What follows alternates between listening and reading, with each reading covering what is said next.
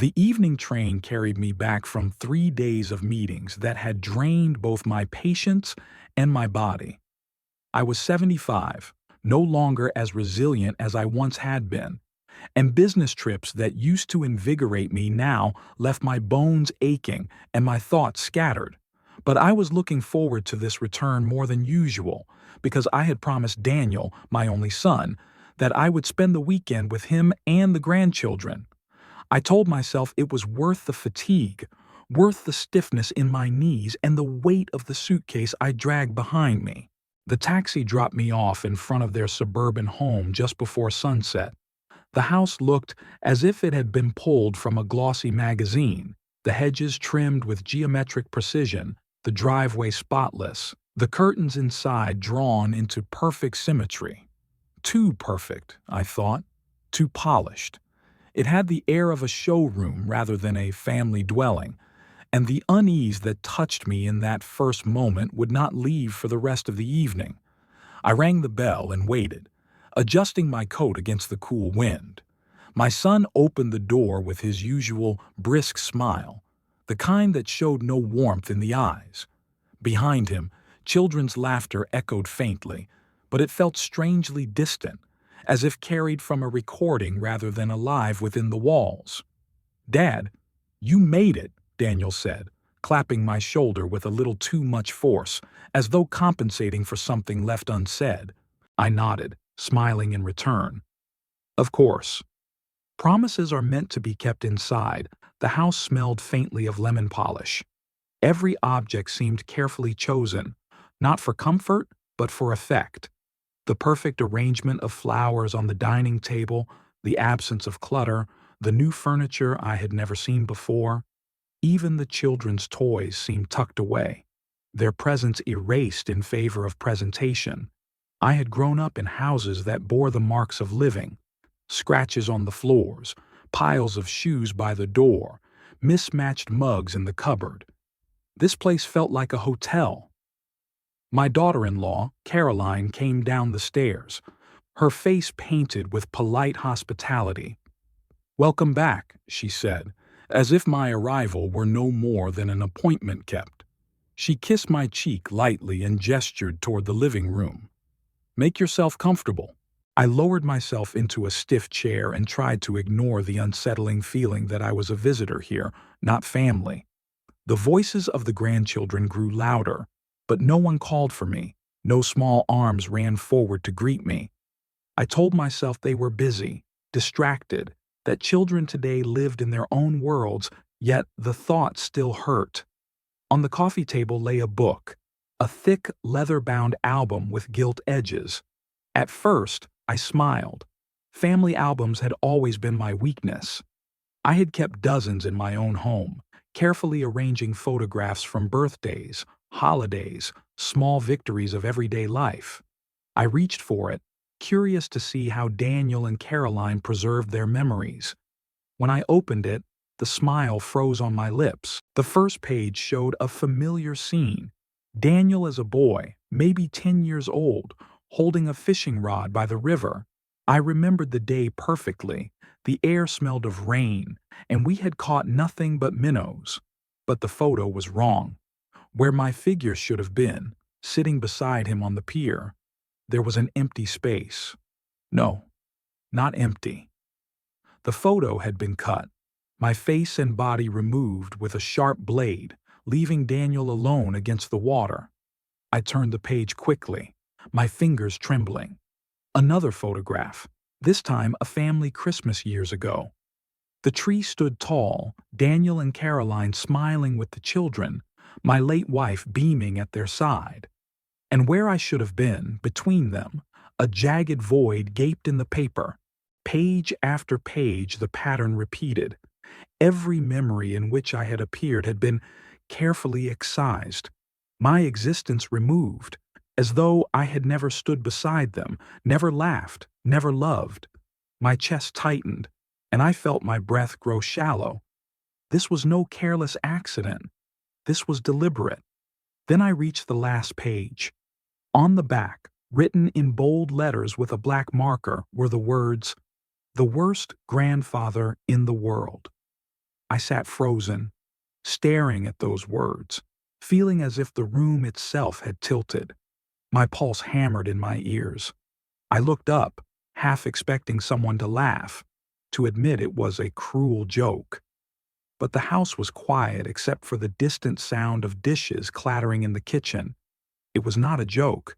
I closed the album slowly, my hands shaking. In that instant, I understood that I was no longer simply a guest in this house. I was an unwelcome presence. Whatever had brought them to this, whatever words had been whispered in my absence, they had rewritten our family history and declared me the villain. The shock was deep, almost paralyzing, but beneath it grew something else. A resolve I had not felt in years. They thought they could erase me. They thought they could silence my part in the story. But I knew things Caroline would rather remain hidden. And in my suitcase, among the files I carried from my trip, was a folder whose contents, if placed in the right hands, would shatter their careful perfection and force everyone to see the truth. That night, I could not sleep. The house was silent, wrapped in the kind of heavy stillness that presses on the ears until every creak of wood and every distant hum of the refrigerator feels like thunder. I lay on the narrow guest bed Daniel had prepared for me, staring into the dark ceiling, my chest rising with shallow breaths, my mind running in endless circles around the album I had found on the coffee table. The words written on its last page still burned in my eyes as if they had been etched there permanently. The worst grandfather in the world. No matter how I turned on the mattress, no matter how I pressed my palms against my eyes to shut out the memory, the images would not leave me. The cut-out photos, the gaping void where my face once had been, the meticulous cruelty of it all. Someone had not only decided to erase me from the family history, but had gone to the trouble of performing the act with deliberate patience, picture after picture, until every trace of my presence had been scraped away. That kind of precision is not born of impulse. It comes from resentment, from hatred, carefully nurtured. And as I lay there, I realized whose hand had guided the blade. It was not Daniel's. My son, for all his weaknesses, was not capable of that kind of cold-blooded effort. He had his flaws, of course. He always avoided conflict, smoothed over arguments with a smile, and let himself be guided by the will of whoever was louder in the room. No, the knife had not been his. It was Caroline. My daughter-in-law, with her thin smile and her eyes that weighed every word, every gesture, and filed it away like ammunition for a later battle. She had never liked me, not from the very beginning.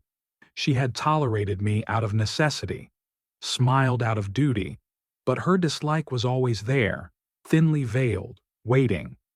And now, with Daniel under her influence, she had finally set her plan in motion. To push me out of their lives completely, to remove not just my presence, but my memory. The thought left me sick, but it also forced me back into the past, into nights far darker than this one, when the weight of survival pressed on me so heavily I thought I would never rise again. Nights when the only thing that kept me going was the hope that one day my son would understand everything I had endured for him. I turned onto my side and closed my eyes, letting the memories take me. I was not always alone. Once there was her, my wife. Her name was Margaret, though I never called her anything but Maggie. She was not the kind of woman who entered a room with grandeur or lit up a crowd with her laughter. She was quieter, steadier, the kind of woman who stood at your side no matter what storm tore through the walls of your life. We met young, too young, some would say. I was 20 and already working odd jobs in the city to pay for night classes in business administration. She was 18, a waitress with tired eyes that had already seen too much, supporting her sick mother and two younger brothers. We recognized each other instantly, not in the romantic sense of fate's spark, but in the recognition of survival. two people carrying more than their share of burdens. We married quickly, not because we had money or stability, but because we had each other, and sometimes that feels like enough. For a while it was. We rented a small apartment with thin walls and a leaky faucet. She worked two jobs, day shifts in a bakery and evenings in a diner, while I studied and took whatever temporary work I could find, unloading trucks, painting fences, carrying bricks at construction sites. When Daniel was born, life grew harder but brighter. I remember the night we brought him home, Maggie holding him against her chest while I tried to assemble the crib with shaking hands and missing screws. He cried through that whole first night, his tiny lungs proving stronger than any storm, and Maggie whispered to him, patient, determined, even as exhaustion left shadows under her eyes. She carried us. I will never forget the sacrifices she made. She gave up her own ambitions, her own rest, her own health to ensure Daniel had everything. I can still see her in those early mornings, rising before dawn to make sandwiches for me to take to work, then rushing to catch the first bus to the bakery, her hair still damp from the hurried shower. She would return late at night, smelling of flour and coffee, and slip quietly into bed so as not to wake the boy. For years she lived like that. And I lived in a haze of work, exhaustion, and study, always telling myself that one day it would pay off, that one day I would earn enough to take the weight off her shoulders. But time has its own cruelty. My diploma came, yes, and with it better work, but Maggie's body had already carried too much. By the time Daniel started middle school, her health began to fail. The years of overwork had carved deep lines into her, and though she rarely complained, I saw the toll in her trembling hands and her constant fatigue. And then, one winter, she left us. Not by choice, not from lack of love, but because her heart, strained for too long, simply gave way. I was left with Daniel, then just 13 years old, and the crushing realization that all her sacrifices, all her years of toil had ended with me standing at a graveside, holding our son's hand, promising him through my own tears that everything would be all right. It was not. At least, not for a long time. Raising a boy alone while working long hours was a war of attrition. Every day began with exhaustion and ended with more exhaustion. I cooked clumsily, burned dinners, washed clothes late at night, and still tried to help Daniel with his homework. I attended school meetings with tired eyes, sat through concerts where I applauded too loudly because I did not know what else to do, tried to be both mother and father. I sold Maggie's wedding ring to pay for Daniel's private tutoring when he struggled in mathematics. I worked double shifts to buy him a computer for his studies because the school insisted it was essential. I skipped meals so that he could have new shoes when his old ones fell apart. Every decision was a calculation of what I could give up so that he might have more. I do not say this to glorify myself. I made mistakes, too many to count. I was often short-tempered, too strict, sometimes cold when exhaustion drained me. But everything I did, every sacrifice I made, was for him. And as I lay awake in Daniel's house, staring into the darkness, I realized how bitterly ironic it all was. Maggie had given everything. I had given everything. And yet, here I was, erased from the family album, condemned as the worst grandfather in the world. Her love had been wasted. My sacrifices had been in vain. Because Daniel had married a woman who now held the strings. A woman who smiled politely while pulling me out of the picture, literally and figuratively. Caroline had succeeded where hardship had failed. She had made my son see me not as the man who raised him, but as an inconvenience to be managed. I rose from the bed, unable to stay still any longer. My knees ached as I stood, but the restlessness inside me was worse than any physical pain. I walked softly through the house, careful not to wake anyone, and found myself in the kitchen. The counters gleamed unnaturally. The refrigerator hummed, and a faint scent of detergent lingered in the air. Even here, I felt like an intruder. I poured myself a glass of water and sat at the table, staring at the dark window. My reflection looked back at me, lined, tired, a stranger. Was it all for nothing, Maggie? I whispered into the silence. Did we give everything only to be forgotten? In my mind, I heard her voice, calm and steady, as she had been in life. You did what you had to. You gave him a chance. That is all a parent can do. But was it enough? Was it enough when the child you raise grows into a man who allows his wife to cut you out of photographs, to brand you as the worst grandfather in the world?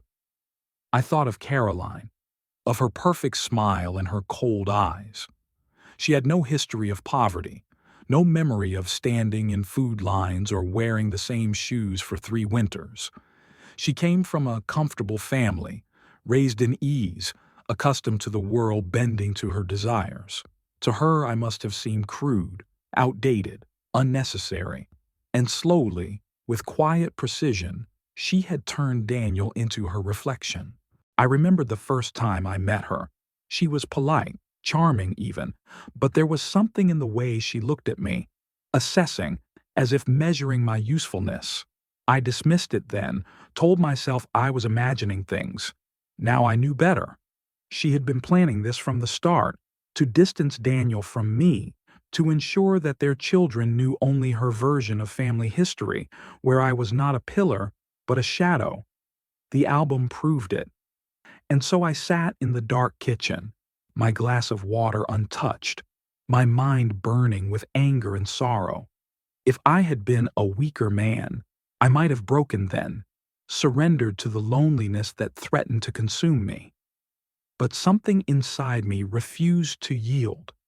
Perhaps it was Maggie's voice. Perhaps it was sheer stubbornness. But I knew one thing with certainty. They would not erase me so easily. I had lived too long, worked too hard, and sacrificed too much to be dismissed as an inconvenience. Caroline thought she had won, but she had underestimated me. In my suitcase upstairs was the folder. Its contents were not meant to be weapons. I had collected them out of habit, out of an old instinct to document, to record. But now, looking back, I saw how dangerous they could be, how much light they could shine into corners Caroline would rather keep hidden. She wanted to write me out of the story. Very well. Then I would write the truth in a way she could never erase. I finished the glass of water, rose from the table, and returned to the guest room. Sleep still did not come, but I no longer lay paralyzed by despair. Instead, I sat on the edge of the bed until dawn, waiting, thinking, remembering Maggie's face, her tired eyes, her endless patience. She had not endured all those years for nothing. If Caroline thought she could erase me, she was wrong. The next morning came gray and slow, the kind of morning when the air itself seemed reluctant to move. I had not slept. I had merely endured the long hours of darkness until daylight spilled across the blinds. My body ached, my eyes felt gritty, but the mind inside me had sharpened. The night had burned away hesitation. I decided to take a walk around the house before anyone else woke. Moving quietly through the halls, I noticed again how sterile it all felt. Each room arranged with magazine precision, none of the warmth that makes a home alive. Even the children's presence was carefully confined. I could see no scattered toys, no drawings taped to the refrigerator, no school bags dropped carelessly by the stairs. Caroline had organized the house as though life itself were clutter she meant to erase. In the living room, I stooped to pick up a cushion that had slipped behind the couch, and that was when I noticed it. A small folded piece of paper wedged between the cushions. The corner was crumpled, the edge marked with a smear of colored pencil. I pulled it out carefully, my heart tightening. It was a homemade card, construction paper folded in half, decorated with uneven drawings of stars and balloons. On the front, written in clumsy, large letters, were the words, "We miss you, Grandpa." I froze. My hands trembled as I opened it. Inside were drawings, stick figures with smiling faces, one with a cane that was clearly meant to be me. Around it were scribbles of hearts and the words, "Come see us soon. We love you. Sam and Henry." Tears blurred my vision. For weeks, Caroline had told me that the children were too busy, that they had other activities, that they had grown indifferent. She said they no longer wanted to spend time with me, that they preferred their friends, their screens. Each canceled meeting, each avoided holiday, had been explained away as the natural distance of growing up. But this card told the truth. My grandchildren had not forgotten me. They missed me. They loved me. Caroline had lied. I sat heavily on the couch, clutching the little card to my chest as if it were a life raft. The room blurred around me, but inside, something hard and bright formed. All those years of sacrifice for Daniel, all Maggie's devotion, all my endless efforts, none of it had vanished. My grandchildren remembered. They were reaching out, even in secret. And if Caroline thought she could keep me from them with lies, she was about to learn how wrong she was. That afternoon, I packed a small bag and left the house under the pretense of needing air. Daniel was at work, Caroline busy with errands. I walked to the station with the card in my pocket, my cane tapping against the pavement, my heart pounding with purpose. The train ride to the boys' school was long, but I hardly noticed. My thoughts whirled as the countryside rolled by. I remembered the lies. Caroline insisting the school canceled grandparent visits due to scheduling conflicts. Her saying the children were too distracted to want me at their recitals. Her smiling excuses when I asked about soccer matches or music performances. Each excuse had cut me, but I had tried to accept them, thinking perhaps I was indeed no longer needed. Now I knew better. She had built a wall between us brick by brick, and I had been too tired, too trusting, to question it. But not anymore. When the train arrived, I stepped onto the platform, steadying myself with my cane. The school stood a few blocks away, a red brick building with tall windows, and the familiar smell of chalk and asphalt. Memories flooded me of Daniel's first day at school decades ago, how Maggie had held his hand while I carried his backpack. Now it was my grandson's here, and I would not let history be stolen from me. Inside, the halls bustled with children changing classes. Their voices echoed, their shoes squeaked on the floor. For a moment I felt out of place, an old man among youth, but determination carried me forward.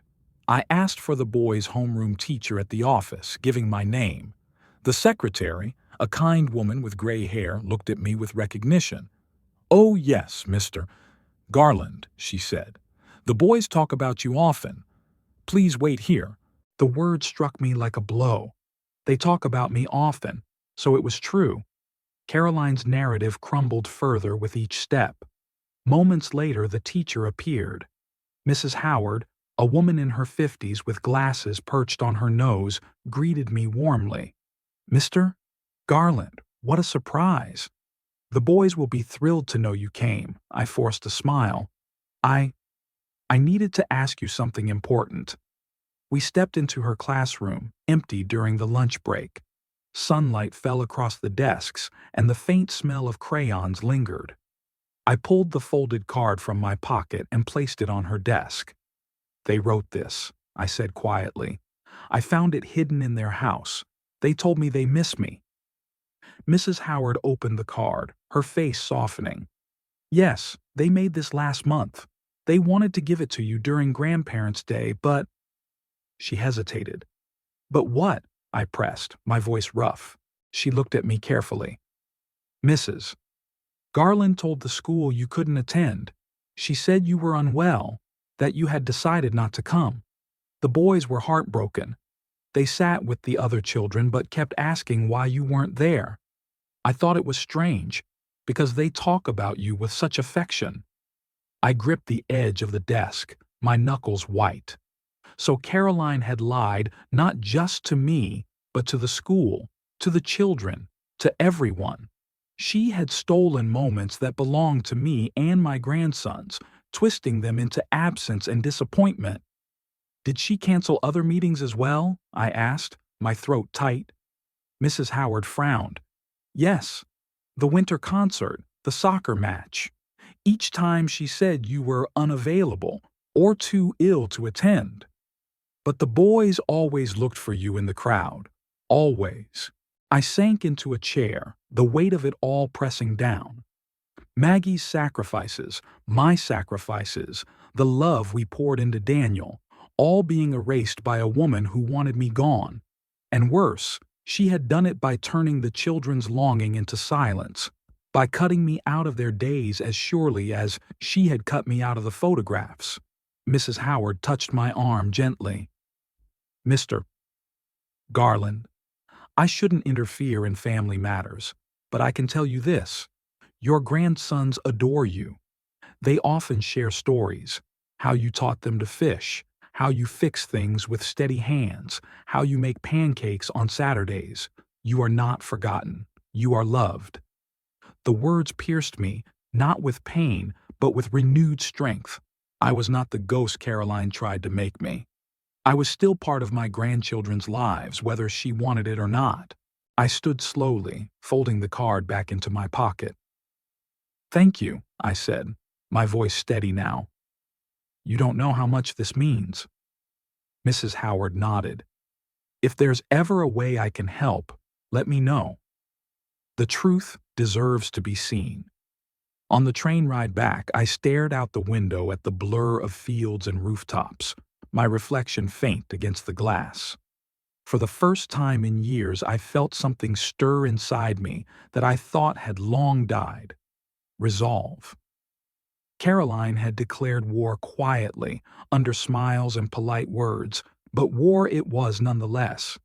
She had weaponized absence, turned lies into barriers, erased me from photographs and from the children's school life. She thought I was too old, too tired, too beaten to fight back. But she was wrong. I had fought battles far harder than this, against poverty, against loneliness, against despair when Maggie died and left me with Daniel's childhood resting entirely on my shoulders. I had not survived those years to surrender now. The time for silence was over. As the train rattled toward home, I laid out the beginnings of a plan. I would not confront her blindly, not yet. Caroline thrived on appearances. She would twist any sudden outburst into proof of my instability. No, I would be careful. I would gather evidence, the card, the teacher's words, the pattern of canceled visits. And when the time came, I would lay it before Daniel and the children, undeniable, irrefutable. She could cut me out of photographs, but she could not cut the truth out of their lives. By the time the train pulled into the station, evening shadows were stretching long across the ground. I tightened my grip on the cane, feeling stronger than I had in years. The fight had begun. The following week moved in a haze of tension. Each morning, I woke with the card from my grandchildren beside my bed, as if the little folded paper could anchor me to truth when all else in the house seemed designed to drive me into doubt. Daniel left early, returning late, moving through the house like a man caught in a current too strong for him to resist. Caroline, on the other hand, thrived in her territory. She ran the household with the precision of a general, meals at exact times, chores done without noise, children ushered to activities with no room for spontaneity. She smiled at me with thin politeness, but beneath that smile I felt her victory. But I had seen the card. I had spoken to the teacher, and I had promised myself I would not surrender. It was on the third evening after my visit to the school that an unexpected knock came at the door. When I opened it, I saw a man I had not laid eyes on in nearly 10 years, Walter Briggs. Walter and I had grown up in the same neighborhood, fought through the same lean years, and later both built families that anchored us through the storms. He had been there when Maggie died, one of the few who stayed late into the night at the hospital, his silence a comfort when words were useless. Over time, life had pulled us in different directions, and contact had thinned to the occasional Christmas card. Seeing him now, with his bent shoulders and his cap pulled low, was like a piece of my own history suddenly materialized. "Walt," I said, stunned, "what are you doing here?" "Couldn't keep away any longer," he said gruffly, pushing past me into the hallway. "We need to talk." I led him into the kitchen. He removed his cap, revealing hair more white than gray, and set a battered briefcase on the table. His eyes, though lined with age, were sharp. "Your daughter-in-law," he said without preamble, "has been running quite a show behind your back." I felt my stomach tighten. "What do you mean?" He opened the briefcase, pulling out a neat stack of envelopes and a tablet computer. The envelopes were worn, some creased, others still sealed. Each bore my name, but across the front in red marker was scrawled the same phrase: "Return to sender." "These are yours," Walter said, sliding them toward me. "I know, because I tried to send them." I picked one up, my hand trembling. The handwriting on the corner was familiar, his. "You sent these to me?" "Yes. Birthdays, Christmas, your 75th. Packages, too. A box of books I thought you'd like, some photographs from the old neighborhood. All of them came back unopened. Same note every time. But I never saw them." My voice cracked. "I never received a single one." "Of course not," he said, "because someone in this house intercepted them. I don't have proof it was her, but my guess is you're Caroline. She's been cutting you off not just from your grandchildren, but from anyone who might remind you you're still a man with a life outside these walls." I sat heavily, staring at the stack. Each envelope was a piece of a world denied to me. Each package returned was a thread cut from the fabric of friendship, and I had spent those years believing no one cared, that the silence of friends was the natural price of age. "Why didn't you call me?" I asked finally. Walter gave me a hard look. "I did, repeatedly. But your number was changed. The new one went to a voicemail that never returned calls. When I asked Daniel, he said you'd become difficult, that you weren't interested in visitors anymore." My breath left me in a rush. "He said that?" "He did." And then I started looking around because something didn't sit right. "That's when I found this." He tapped the tablet and handed it to me. On the screen was a social media page, one I had never seen, never imagined. At the top, a banner photograph of a smiling young family: Daniel, Caroline, the children. Below it, posts written in Daniel's name but dripping with Caroline's phrasing. "It's hard dealing with toxic relatives, but we're learning to put boundaries first for the sake of our children. Teaching kids that they don't have to endure negativity, even if it comes from family, is the best gift we can give them."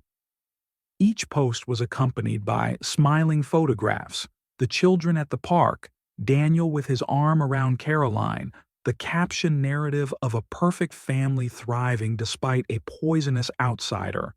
And then I saw it. A blurry photograph of me at last year's Thanksgiving, caught mid-blink, mouth half open. The caption read, "Trying to stay strong despite constant criticism." Sometimes even holidays aren't safe when you have toxic relatives. My chest constricted.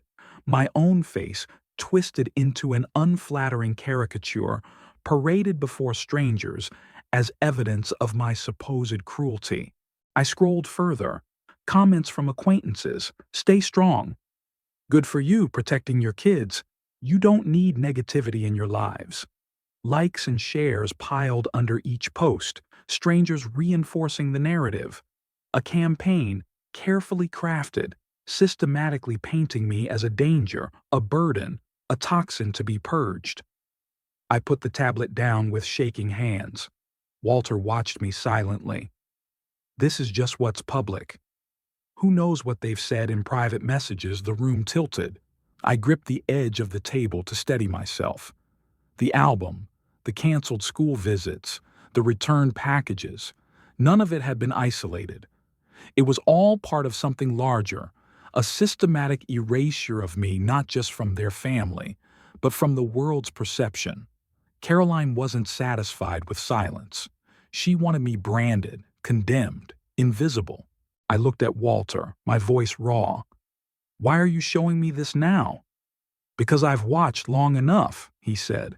"And because I know you, old friend. You don't just roll over, not when the truth is at stake." That night, after Walter left, I sat alone with the evidence spread before me. The envelope stamped "Return to Sender," the tablet showing the digital trial of smears, the card from my grandchildren hidden between couch cushions.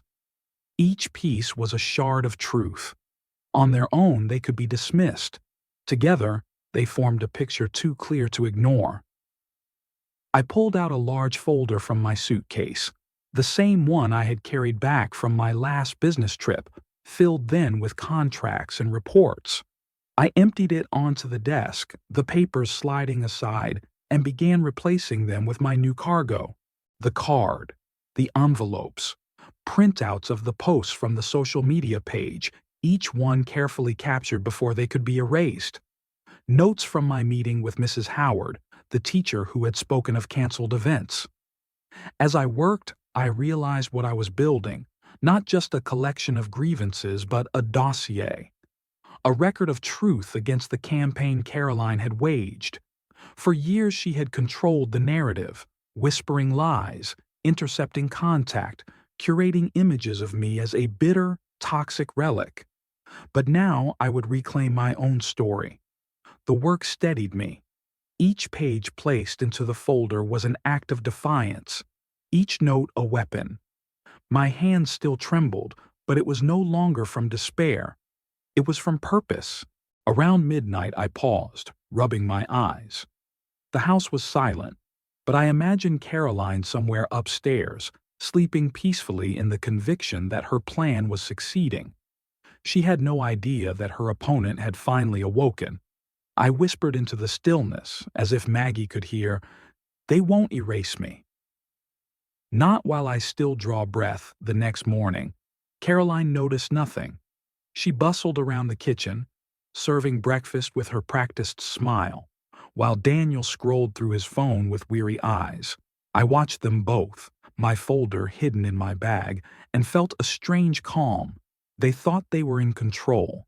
They thought the story was theirs alone to tell, but I had begun to write my own chapter.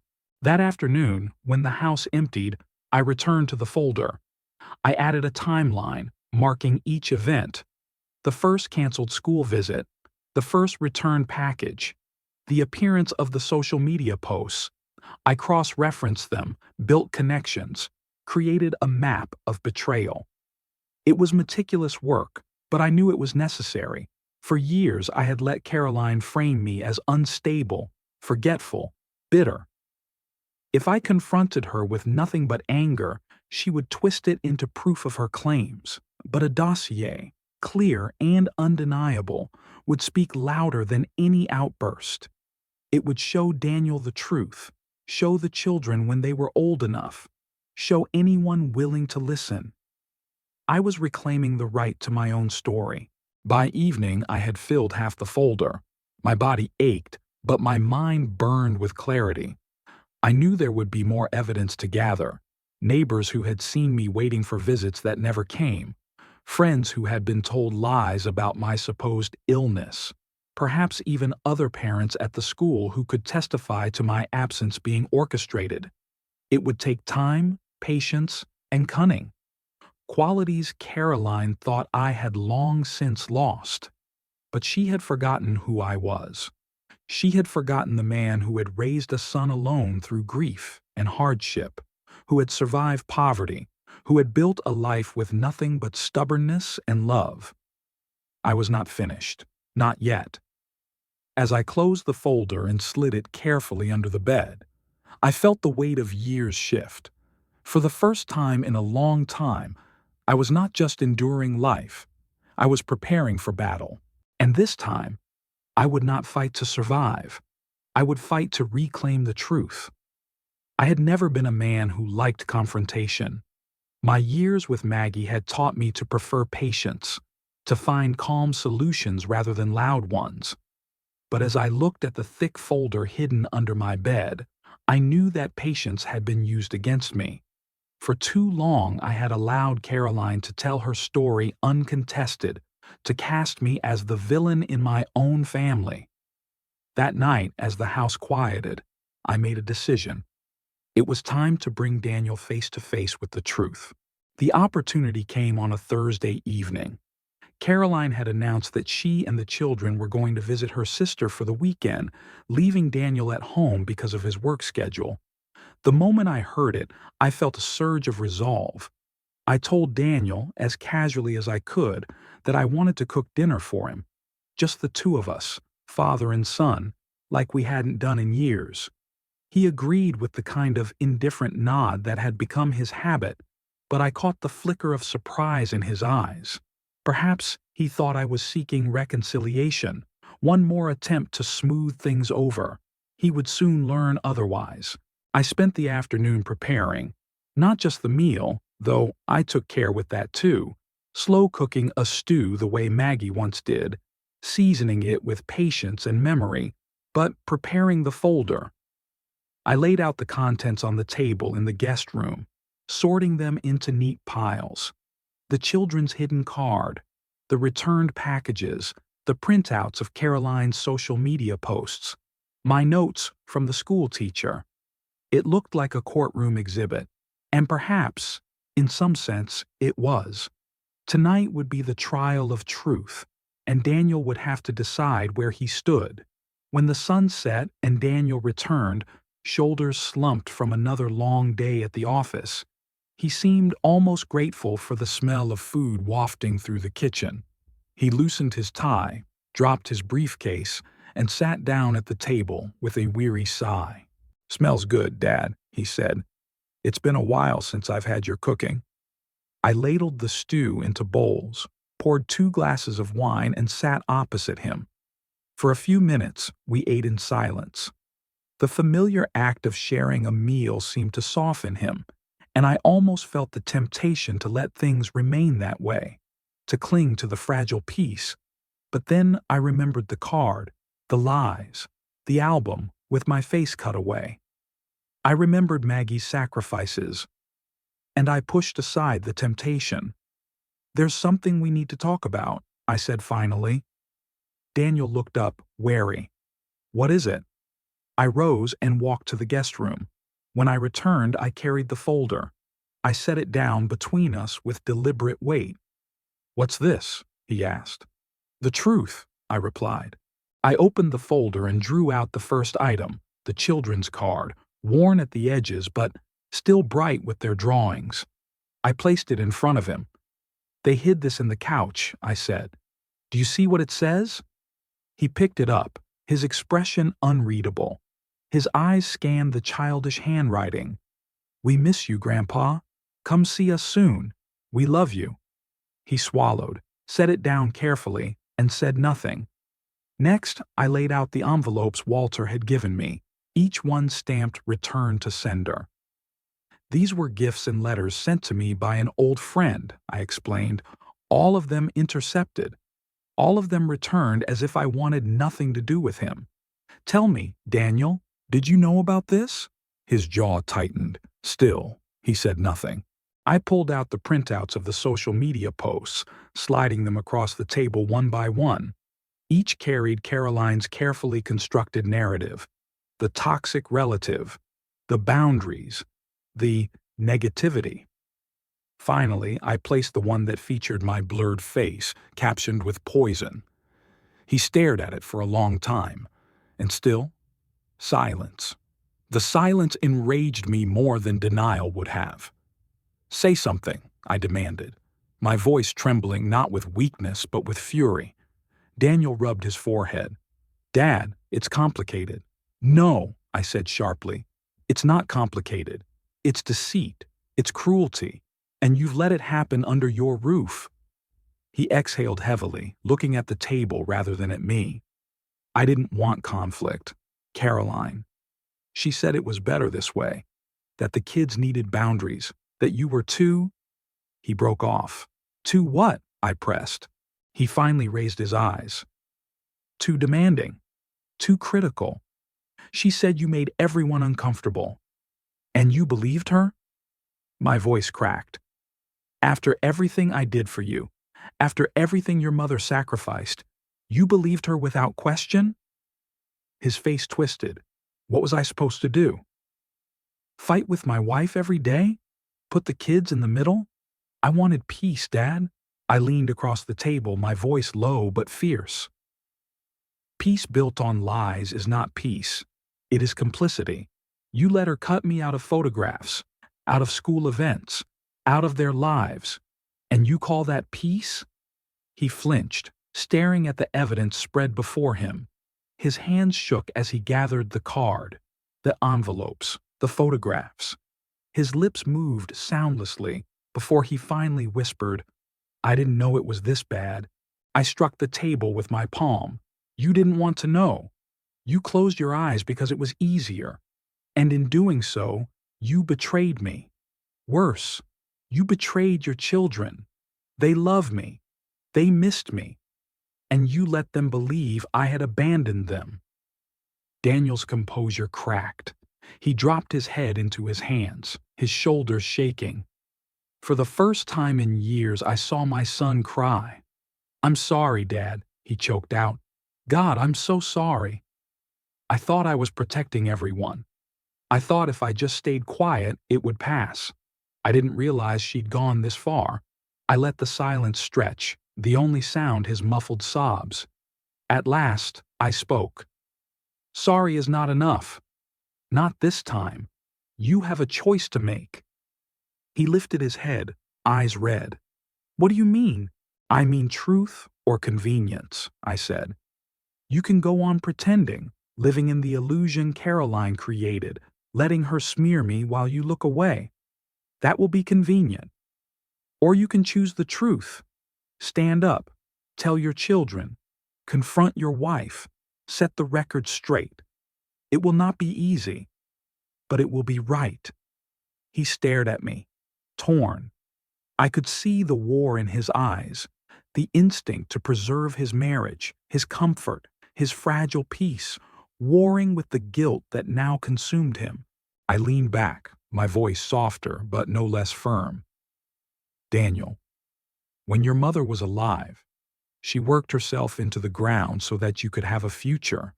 She gave everything, and I carried what was left. I raised you through grief and poverty. I gave up everything I had to keep you safe. Do not tell me now that it is too hard to stand for the truth. You owe her more. You owe me more. You owe your children more." The words seemed to pierce him. He wiped his eyes with the back of his hand, his expression hardening into something I had not seen since he was a boy, a flicker of resolve. "You're right," he said hoarsely. "You're right. I've been a coward. I let Caroline decide everything, and I told myself it was easier, but I can't—" He gestured to the evidence on the table. "I can't ignore this. Not anymore." He reached across the table, placing his hand over mine. "Forgive me, Dad. For a moment, I let the silence hang between us. Then I squeezed his hand, though my voice remained stern. I will forgive you if you choose the truth. Not words, Daniel. Actions. If you show your children who I really am. If you stop letting lies define this family. That is the only forgiveness that matters." He nodded slowly, determination mingling with fear. "I'll do it. I'll talk to her. I'll tell the kids. I don't know what will happen, but I won't hide anymore." I released his hand and closed the folder, sliding it toward him. Take this. Read it again when you're tempted to stay silent. Let it remind you of what's at stake." He pulled the folder to his side as if it weighed more than stone. His shoulders were still slumped, his face still pale, but in his eyes I saw the first spark of the man Maggie and I had raised, not the pliant shadow Caroline had shaped, but the son we had once believed in. After dinner he lingered, helping clear the table in a silence that was not empty but thoughtful. When he left for bed, he carried the folder with him, clutching it to his chest like a lifeline. I remained at the table long into the night, staring at the empty wine glasses, the faint smell of stew still in the air. For the first time in years, I felt something shift. The battle was far from over. Caroline would not surrender easily, and Daniel's resolve would be tested in ways he could not yet imagine. But tonight, for the first time, the truth had spoken, and it had been heard. When Daniel finally chose truth over silence, I knew that the house we had been living in, the fragile structure of lies and forced smiles, would not stand much longer. He carried the folder with him like a weight, and in the days that followed, I saw him change in small but unmistakable ways. He asked questions when Caroline brushed aside explanations. He spent more time with the children, seeking out their voices rather than accepting her curated reports. He looked at me with eyes that no longer slid away in guilt, but lingered with a mixture of regret and resolve. Caroline noticed. Of course she did. A woman like her, who built her life on control, could sense the slightest crack in her carefully arranged facade. It was on a Sunday morning, after Daniel and I had spoken quietly in the garden, that she made her move. She entered the room with her usual composure, carrying a folder of her own, papers clipped neatly, her handwriting precise. "I've been thinking," she announced, her tone calm but her eyes sharp. "Perhaps it's time we bring in a professional. Family therapy." To address all these tensions, Daniel looked at her warily. "That might be a good idea." I studied her. She wasn't offering therapy out of guilt or reconciliation. She was offering it on her terms, a way to control the narrative, to paint herself as the reasonable mediator while framing me as the problem. She thought she could use the therapist as another weapon. Still, I nodded. If it means truth will be spoken in a room where no one can twist it later, I'll agree. Her lips curved into a small, satisfied smile. "Good. I'll make the arrangements." The battle lines were drawn. The following week, before therapy could even begin, an event loomed on the calendar, the local science fair. My eldest grandson, Sam, had been preparing for it for months, building a project on renewable energy models. Caroline had previously forbidden me from attending such events, citing school rules and the children's comfort. But now, with Daniel's new resolve and the evidence I carried, I refused to be excluded any longer. "Dad should come," Daniel said firmly one evening as Caroline tried to brush past the subject. "He has every right to be there. The boys want him there." Her jaw tightened. "I don't think it's wise. These events can be overwhelming for him, and besides, we don't want drama." I spoke quietly but firmly. "The only drama has come from lies. I'll be there, Caroline, and I won't be hidden in the shadows anymore." For a moment, I thought she might lash out, but she only pressed her lips together and walked away. It was not acquiescence. It was calculation. The day of the fair arrived, crisp and bright. The school gymnasium buzzed with parents, teachers, and children clustered around rows of tables covered with trifold displays and models. The air smelled of glue, poster board, and nervous excitement. I walked in with Daniel at my side. Heads turned, not out of hostility, but curiosity. I could feel Caroline's gaze burning into me from across the room, where she stood with other mothers, her smile fixed too tightly. Sam spotted me first, His face lit up and he rushed forward, throwing his arms around me. "Grandpa, you came!" His voice carried across the room.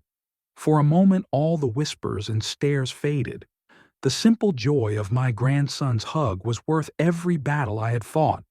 I pulled back, smiling through the lump in my throat. "Of course I came. And I brought something for you." From the bag at my side, I drew out a microscope, not a toy, but a sturdy, professional model I had saved to buy. Sam's eyes widened.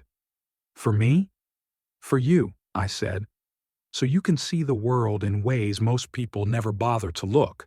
He held it reverently, as if I had handed him a treasure.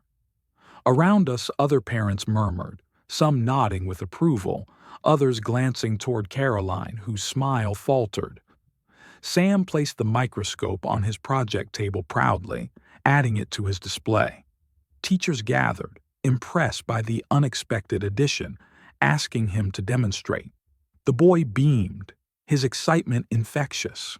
And then, as the chatter swirled, I did something I had not planned but knew was necessary. I straightened, tapped the microphone near the stage where announcements were made, and cleared my throat. "Ladies and gentlemen," I said, my voice echoing through the gym. The crowd quieted. "Forgive me for interrupting. I am here today not only as a grandfather proud of his grandson's work, but as a man who has been fighting for his place in this family." A ripple of surprise ran through the audience. Daniel stiffened beside me.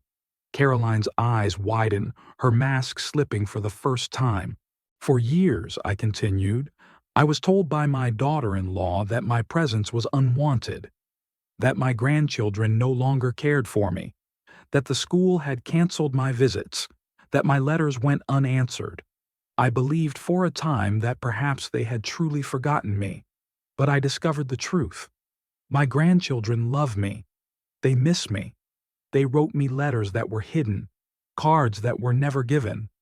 Packages from old friends were returned, unopened, stamped."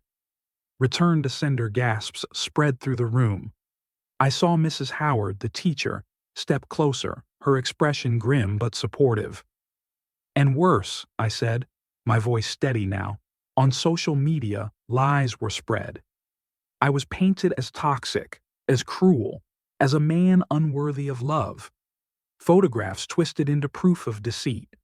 It was a campaign, a systematic attempt to erase me from my own family." The murmurs grew louder. Caroline shifted uncomfortably, color rising in her cheeks.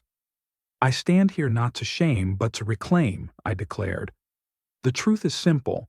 I am a grandfather who loves his grandchildren.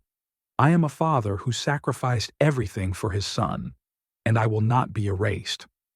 For a moment, silence hung heavy. And then Daniel stepped forward. "My father speaks the truth," he said, his voice carrying across the gym. "For too long, I stayed silent. I thought peace was easier than truth, but silence made me complicit in lies. My father raised me alone after my mother died. He gave everything so I could stand where I am today. He deserves honor, not slander." He placed his hand firmly on my shoulder. "From this day on, I will stand with him. The truth matters more than convenience." The gym erupted in murmurs, some supportive, others shocked, but none of that mattered. In that moment, Daniel had chosen. He had spoken openly, publicly, with no room left for denial. I felt the weight of years lift from my chest. My eyes burned, but I did not look away. I held my head high, not in triumph, but in vindication. Caroline stood frozen, her smile shattered, her eyes darting from face to face as if seeking someone to rescue her. But no one did. For the first time, the story was not hers to tell. After the fair, Daniel and I walked out together, the folder of evidence still in his bag, the microscope clutched proudly in Sam's arms. The air was cold, but I felt lighter than I had in years. "Thank you," I said quietly. He shook his head. "No, Dad. Thank you for forcing me to see, for not giving up on me. I should have spoken sooner. "You've spoken now," I said. "That's what matters." We walked in silence for a time, the sound of our footsteps steady. I thought of Maggie, how she would have smiled to see her son finally stand beside his father. I thought of the long nights alone, the despair that had nearly broken me. And I thought of the future, still uncertain, still fraught with battles, but no longer fought alone. For the first time in a long time, I believed we might win. The evening of the family dinner was set in motion by Caroline herself. Perhaps she imagined that after the science fair embarrassment, she could reclaim control by staging a show of unity. She suggested it casually with her rehearsed smile. "Why don't we all sit down for a proper dinner on Saturday? Just us. No distractions." Daniel agreed, though I noticed he did so without enthusiasm. I too agreed, though I carried with me something more than an appetite. The dossier. It lay heavy in my bag as I walked to the table that evening. A thick folder, its edges worn from my hands, its interior filled with evidence too clear to deny. Letters intercepted, gifts returned, social media posts dripping with malice, drawings and notes from the children that had been hidden from me. It was no longer just a collection of papers. It was my life, proof that I had been carved out of their family story with deliberate cruelty. The table was set beautifully, as always. Caroline had outdone herself. Candles flickered, cutlery gleamed, plates bore food arranged with precision. She moved around the room like a conductor, her voice bright, her laughter forced. But I could see the tension beneath it, the way her eyes flicked toward me, measuring wary. We began with small talk. The children spoke of school. Daniel nodded, distracted, pushing food around his plate. Caroline carried the conversation, her words smooth, but her tone brittle. I waited until the main course was served, until the clinking of cutlery softened into a lull. Then I set my fork down, reached for my bag, and drew out the folder. I placed it squarely in the center of the table. "I have something to share," I said. My voice was calm, almost gentle, but it carried enough weight to silence the room. Caroline froze mid-motion. Her eyes narrowed. "Is this really necessary, tonight of all nights?" Daniel looked at her, then at me. "It's necessary," he said firmly. I opened the folder. The children leaned forward, curious. Daniel's face tightened with anticipation. Caroline's hand twitched as if she wanted to snatch the folder away, but Daniel placed his palm on her wrist, firm. "Sit," he said quietly. For the first time in years she obeyed. I drew out the first piece of evidence, the children's handmade card, the one hidden in the couch. I set it in front of them. "Do you remember making this?" I asked gently. Sam and Henry leaned closer. Their faces lit up. "Yes," Sam exclaimed. "We made that for you, Grandpa." "But you never got it." "Because it was hidden," I said softly. "Because someone decided I shouldn't see it." The boys looked puzzled, their young minds trying to reconcile love with deception. Caroline's cheeks flushed. "This is ridiculous," she snapped. "Children make dozens of drawings. They misplace them. It means nothing." "Does this mean nothing too?" I asked, sliding forward the envelopes, each stamped in red. "Return to sender." These were letters and gifts from old friends. They never reached me. Every single one was intercepted, sent back as if I refused them. Daniel picked one up, turning it over. His face darkened. "I remember these. Walt asked me once why you didn't respond. He stopped, his jaw tightening. Caroline reached for the envelope, but he pulled it away from her. "Enough," he said sharply. "Let him speak."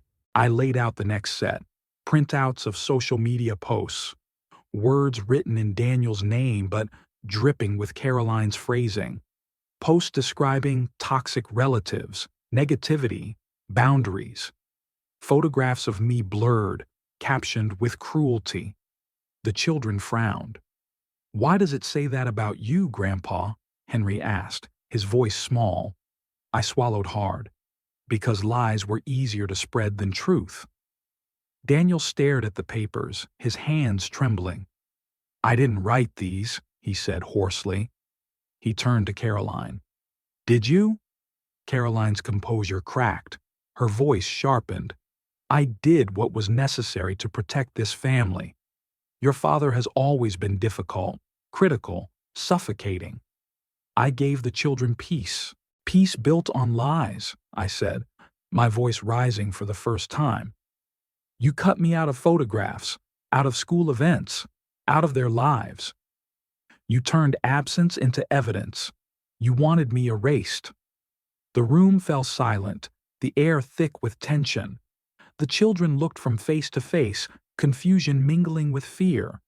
Daniel stood abruptly, his chair scraping the floor. "Enough, Caroline. I let you lead for too long. I told myself it was easier, that silence meant peace. But he's right. It was complicity. You lied to me, to the children, to everyone. And I let you." No more. Caroline's eyes flashed with fury. "So you'll take his side? After everything I've done for this family?" Daniel's voice was low but firm. "Yes, because he's telling the truth. And for once I will stand with it." The children's questions spilled out. "Mom, why didn't you let Grandpa come to the concert? Why did you say he didn't care about us?" Their voices were small but insistent, cutting deeper than any accusation. Caroline tried to answer, but each word rang hollow. Her justifications. "You were too young. It wasn't the right time. I was protecting you," sounded flimsy even to her own ears. The children shook their heads, their faith in her cracking. I added the final pieces of evidence, receipts of packages, notes from the school, every thread woven into a pattern too strong to deny. "This is the truth," I said quietly, "not the lies you've been told. I never stopped loving you. I never abandoned you. I was shut out, cut away, made into a ghost, but ghosts can speak, and tonight I will not be silenced." The atmosphere exploded.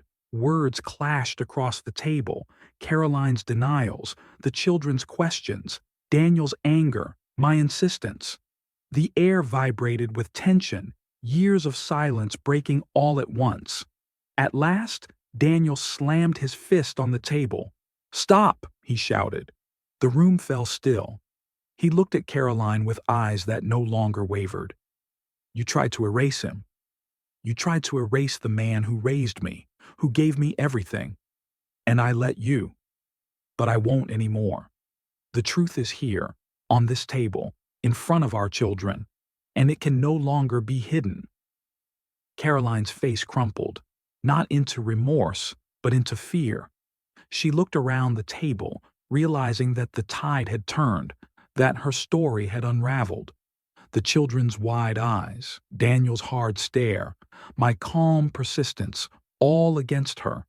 For the first time, she had no control. The dinner ended in chaos, food half-eaten, plates pushed aside, papers scattered across the table. But beneath the turmoil was clarity. The truth had been spoken. The dossier had done its work.